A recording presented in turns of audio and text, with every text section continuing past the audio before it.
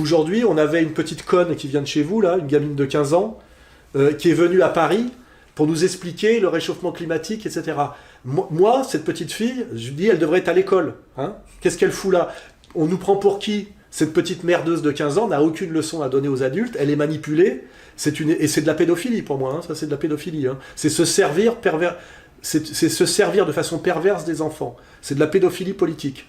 Moi, je lui mets une paire de claques dans la gueule et je la renvoie à l'école. Et les parents qui l'ont laissé faire cette espèce de cirque, je les attaque, vous voyez, je les attaque, hein, ils sont responsables. Et je regarde politiquement qui est en train de manipuler cette petite conne, qui sera dans la drogue et dépressive dans 5 ans, comme tous les gamins à qui on a donné un statut qui ne correspond à rien de leur réalité, comme les enfants acteurs, vous voyez, on le sait. Les enfants acteurs, ça a commencé avec la petite d'Hollywood, là, dont j'ai oublié le nom, là. Shirley Temple. Elle a fini totalement droguée, dépressive, voilà. C'est absolument dégueulasse de faire croire à un enfant qu'il est un adulte, qu'il a le droit de s'exprimer comme un adulte, qu'il a l'autorité d'un adulte, qu'il a le statut social d'un adulte, etc. Un enfant, c'est là pour apprendre, fermer sa gueule, et en échange de quoi il reçoit de l'amour des parents. L'obésité, c'est aussi un lien. L'homme sans qualité, l'homme de la quantité, c'est aussi l'obèse. Hein, c'est l'obèse américain. Hein. 130 kilos de junk food, con comme un balai, 8 heures par jour devant sa télé à zapper, consommant du sport sans jamais en faire. Hein. Regardez le commentateur de foot, il incarne parfaitement ça, le gros là. Comment il s'appelle? Ferme ta gueule, gros con, quand tu n'es même pas capable de courir le 100 mètres en moins de 20 secondes, donc comment tu peux te permettre de critiquer la faiblesse d'un joueur de niveau mondial parce que tu trouves qu'il rate de temps en temps un contrôle dans un match de la Champions League, qui est un match qui demande une technicité, une vitesse de jeu incroyablement. Il y a une obscénité, vous voyez. Qu'un ancien champion commente le football, c'est normal, vous voyez. Quand Zidane peut critiquer un grand joueur, mais quand un obèse se permet de le faire, j'ai envie de lui botter le cul. Parce que je suis encore hanté, moi, par la loi naturelle. Je trouve que c'est obscène, vous voyez. C'est obscène, voilà. Et ce type-là ne le comprend même pas. Il fait le malin. Il est là, comme ça. Ça, normalement, ce type-là, il y a une certaine époque qui n'est pas si ancienne, les commentateurs de sport étaient d'anciens sportifs de haut niveau, très souvent, ou des types très humbles, qui étaient dans l'admiration des sportifs. Aujourd'hui, on a des blaireaux qui donnent leur avis à tout bout de champ. C'est comme les noirs qui font du jumbé. C'est-à-dire les mecs qui sont nés en France, ils peuvent aller comment dirais-je, au conservatoire municipal et apprendre à jouer du piano. Il y a quand même, quels sont les plus grands virtuoses de piano du XXe siècle? Les jazzman, non? Hein, voilà, hein, Artetum, voilà. Et ben non, les mecs ils font du djembé. T'es un nègre, tu feras du tambour. Tu vois ce que je veux dire? Les mecs, ils ont jamais vu l'Afrique. Ça, c'est du racisme intégral, vous voyez. Et il y a toujours un con de gauchiste pour créer un atelier de djembé pour les Noirs en banlieue. Et ben, le destin des Noirs de banlieue, à Montreuil, c'est pas de faire du djembé, hein, voilà. On n'a toujours pas une vraie jalousie, comme j'en parlais tout à l'heure pour les autres, parce que je vends des bouquins et qu'ils n'en vendent pas, mais là une jalousie toute simple, parce qu'il se trouve que Guillon, je dois le reconnaître aujourd'hui, puisqu'il a parlé de moi, j'ai baisé sa femme. Alors peut-être qu'il m'en veut parce que j'ai baisé sa femme. Voilà. Mais je trouve ça assez injuste qu'il m'en veuille pour ça à moi et pas à d'autres, parce qu'à l'époque, on est à peu près tous passés dessus, quoi. Donc je vois pourquoi il m'en veut particulièrement à moi. Mais voilà, donc ça c'est ma petite quenelle. Voilà, maintenant, comme ça tout le monde saura que ce Stéphane Guillon qui a dit que j'étais dangereux au grand journal de Canal+, je lui réponds en disant, bah oui, mais moi, non seulement je suis dangereux, mais en plus j'ai baisé ta femme et c'est pas demain que tu baiseras la mienne. Et un truc de Facebook sur Facebook, je l'ai même pas importé. J'ai et en mettant enculé, ce qui est un terme objectif, quand on se met un truc dans le cul, ça s'appelle enculé. Je rappelle que ce qui définit radicalement l'homosexualité, c'est la sodomie. Hein, c'est quelque chose qui se passe autour du trou du cul. C'est pas de ma faute si des gens, au lieu de se définir face aux autres dans la société par leur profession, leur religion, leur origine de classe, c'est-à-dire plombier, bourgeois, catholique, se définissent par une pratique sexuelle qui consiste à pénétrer un anus ou à se faire pénétrer l'anus. Ontologiquement, un homosexuel est quelqu'un qui se définit comme enculé ou comme enculeur. C'est leur problème. C'est eux qui décident de se montrer comme ça aux autres. Donc quand je mets enculé, ce n'est une fois de plus pas une diffamation, c'est un constat.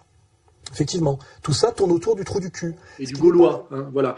Je vais quand même citer les gens aujourd'hui qui ont en charge la médecine d'État. Hein. Nous avons donc Lévy, Buzyn, Hirsch, Gage, Doré, Jacob, Salomon, enfin je veux dire, c'est la liste de Schindler. Hein. Et eux, visiblement... entraîneuse, ancienne joueuse française. Alors elle fait gardienne de camp. Alors elle, si elle est hétéro, moi je suis rabbin. concentration des communautés. Allez, la contre-attaque, ça devrait déjà être parti là. Allez, dépêche-toi. Alors les amortis de poitrine, je sais pas si elles sont favorisées au niveau des amortis de la poitrine, parce que celles qui ont des seins, le ballon peut peut-être se coincer entre les deux seins. Généralement, elles n'ont pas des gros seins.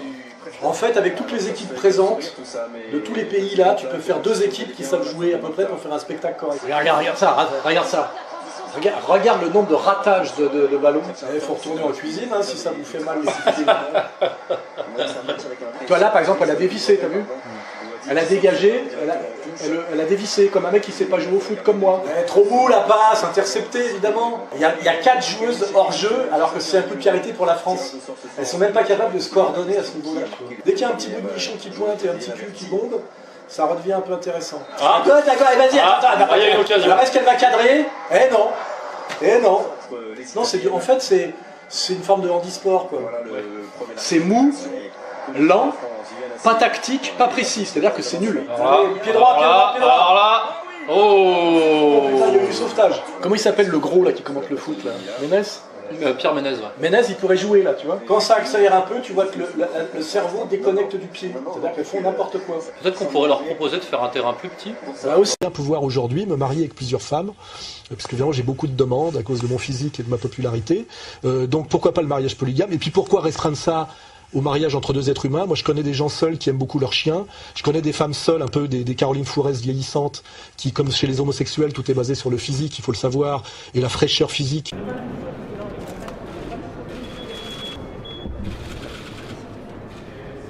Lorsque nous avons vu cette photographie, nous avons ressenti du dégoût. C'est aussi simple que ça. Et nous faisons témoigner aujourd'hui 3 déportés qui raconteront ce qu'ils ont vécu. On ne peut pas rire de cela. C'est impossible. Vous comprenez que ça ait pu heurter, blesser ce geste? J'y crois même pas, je pense pas. Je pense que c'est de la mauvaise foi, de la malhonnêteté intégrale. C'est un geste d'insoumission à un pouvoir écrasant et très malhonnête. Et je pense que beaucoup de gens le comprennent, quoi. Voilà. C'est pas moi qui l'ai mis en ligne déjà, jamais. Moi, elle était sur mon Facebook privé, donc déjà il y a atteinte à ma vie privée. Elle a été diffusée plus d'1 an après qu'elle ait été prise, avec une interprétation malhonnête. J'ai dit que j'avais pas envie de voir en prime time à la télé les Jeux Olympiques handisport, que ça pour moi c'était un peu frix, le lancer de nain, que je trouvais ça laid à regarder et que c'était pas du tout valorisant pour les handicapés, que c'était de l'arnaque, parce que ça cachait la misère handicapée au quotidien, qu'on coupe dans les budgets pour les handicapés au niveau de la Sécu, etc. Et que finalement, comme je le disais, quand on a perdu ses jambes, on peut d'un seul coup essayer d'être performant dans des domaines où on peut briller plus qu'un valide, qui sont les échecs, la poésie, les mathématiques, l'histoire, se cultiver, plutôt que de vouloir à tout prix courir en fauteuil roulant. Je trouvais qu'il y avait un côté dérisoire. Par exemple, Besancenot, pour moi, je sais même pas quel mot employer, quoi. Et un jour, je me retrouvais face à lui, physiquement. Je vais l'attraper un jour, en tête à tête. Et j'aurai mes gardes du corps pour bloquer les siens. Je dirais maintenant, on va s'arranger tous les deux, je vais rigoler, parce que je vais même pas le frapper. Mais je vais lui montrer... Je veux qu'il se voit tel qu'il est, une petite merde trouillarde, tu vois, qui fait genre on fait le ménage dans les manifs, il m'a envoyé des mecs sur la gueule, je sais pas combien de fois. Et ce mec-là, en tôle, il fait les pipes et le café, vous voyez, il sait même pas. Il tient 2 heures en garde à vue avant de se mettre à chialer, appeler sa mère. J'ai vécu tout ça, moi je le sais, les mecs qui se mettent à chialer en garde à vue, hein, qui sont prêts à tout signer, tout ce qu'on leur demande, etc. C'est pas parce que t'as plus tes jambes que tu peux courir, quelque part, c'est maintenir finalement un ancien abruti dans son abrutissement, alors que finalement son handicap aurait pu être le moyen du salut. Où là, il aurait pu le comprendre quelque part comme une chance dans son malheur. Vous voyez? Voilà. Et ce type me dit ça. Depuis qu'il a perdu ses jambes, il a pu s'ouvrir à d'autres choses. Et que quelque part, c'est un peu comme quand Abélard s'est fait couper les couilles. Il remercie finalement celui qui lui a coupé les couilles parce qu'échappant à la sexualité, il peut enfin aller vers Dieu sans plus aucune entrave. Pour ceux qui Vous avez vu le physique des animateurs de Canal+? Même déjà, on voit qu'anthropologiquement, c'est des merdes, c'est des sous-hommes. Ils ont une grosse tête avec un tout petit corps, vous savez, c'est des mutants. J'ai l'impression que si je souffle, il s'envole. Je ne suis pas un identitaire. Commence à me parler poliment. Non, je ne te respecte pas, donc ça n'a pas de... Non, tu me respectes pas. Non, je respecte pas. Non.